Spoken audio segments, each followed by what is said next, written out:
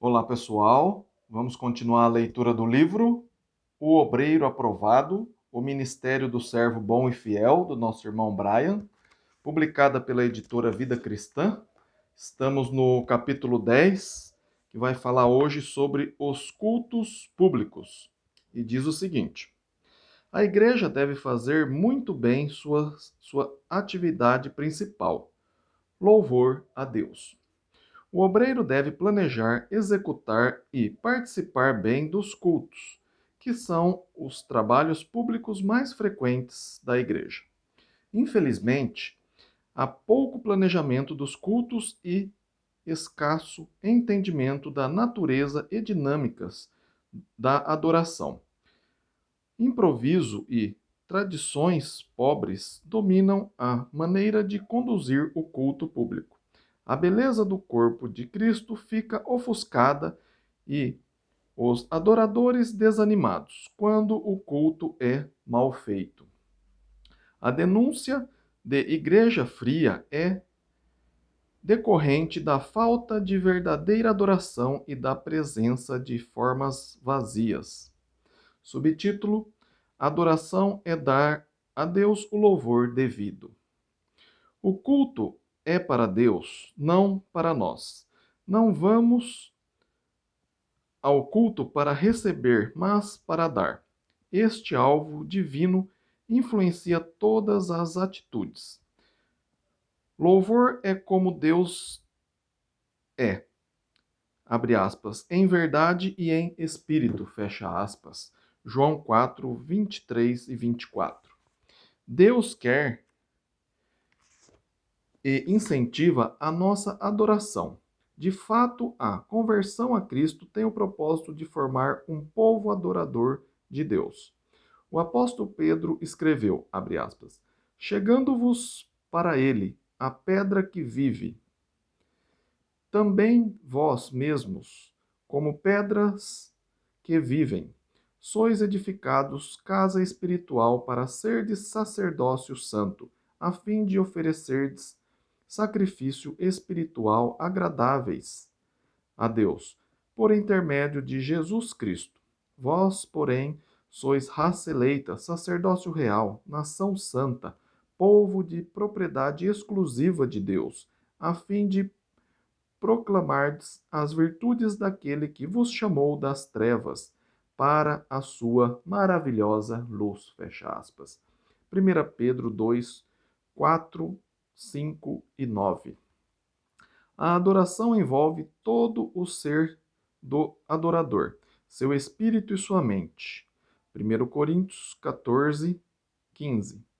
O que se faz em reunião pública é vivido e exemplificado na vida diária. Romanos 12, de 1 e 2. As palavras do autor da Epístola aos Hebreus, abre aspas, por meio de Jesus, pois ofereçamos a Deus sempre sacrifício de louvor, que é o fruto de lábios que confessam o seu nome. Fecha aspas. Hebreus 13, 15. Subtítulo: O culto público atinge seu alvo pelo esforço coordenado de todos e traz o benefício do crescimento espiritual a seus participantes. O culto é ordenado e fervoroso. Abre parênteses. A ordem não mata o fervor, fecha parênteses. Com vários homens conduzindo a atividade da congregação.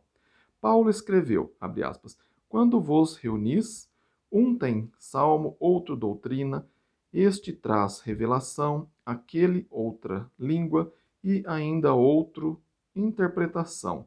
Seja tudo feito para edificação. Tudo, porém, seja feito com decência e ordem, fecha aspas. 1 Coríntios 14, 26 e 40. Os homens conduzem o culto não para serem notados, mas para facilitar a expressão congregacional.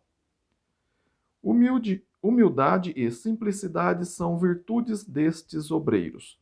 Fazer estrelas do pregador ou regente musical ou qualquer outro e esquecer que o culto é para Deus.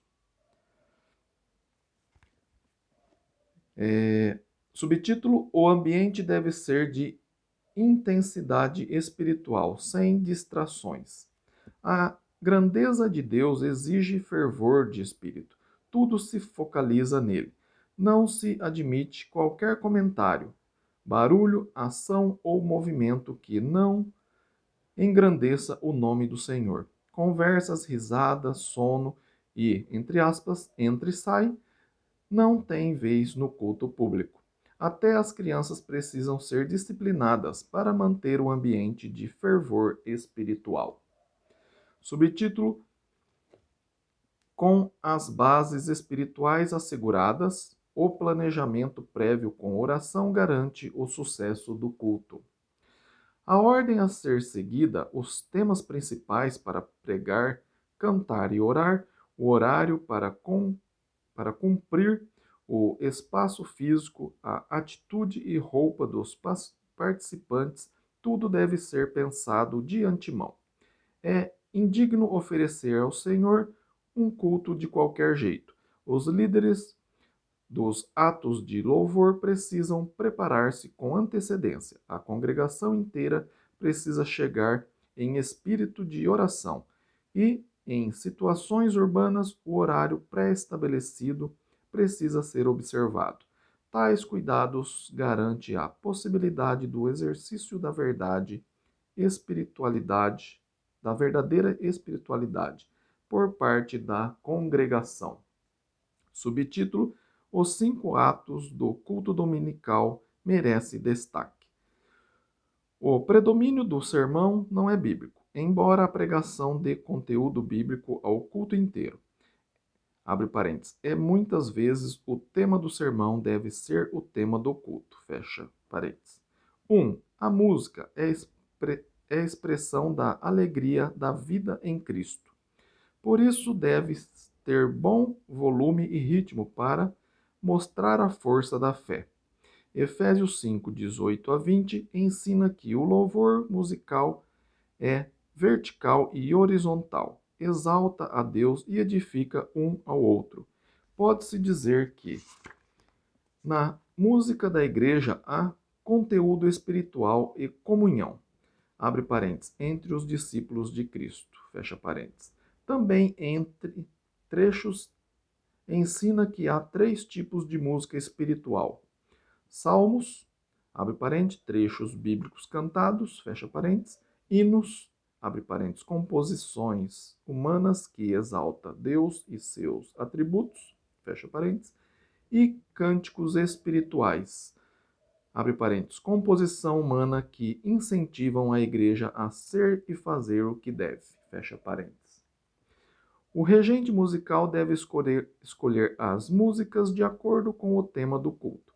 Deve cantar e reger de coração, sabendo que a congregação é um espelho do regente.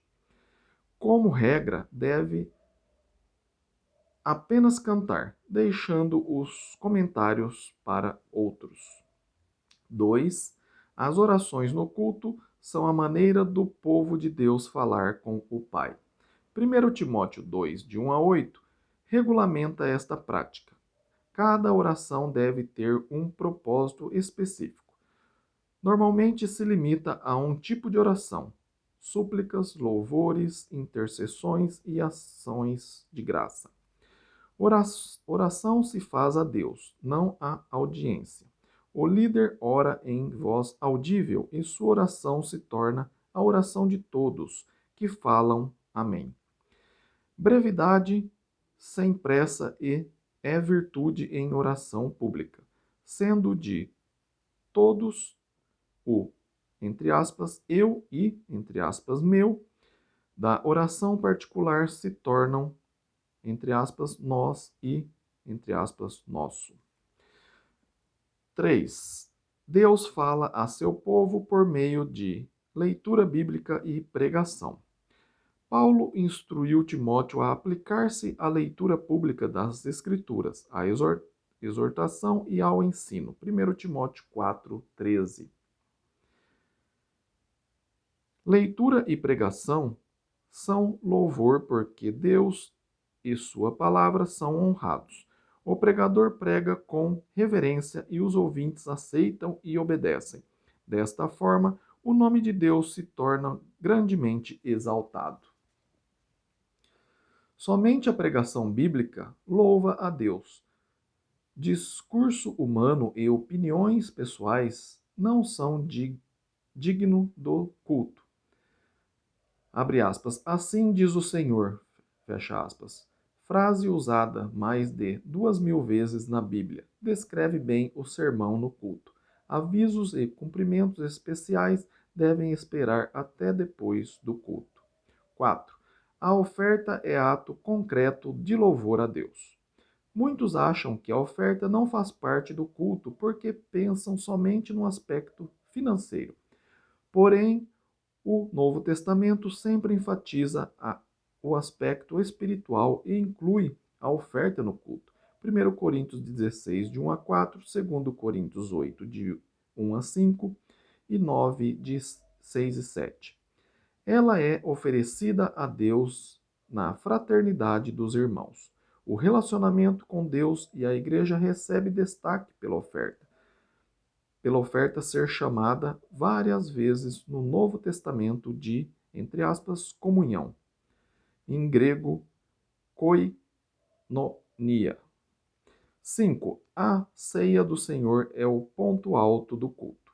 Talvez outros possam cantar ou ler a Escritura, mas somente discípulos de Jesus podem participar da mesa do Senhor.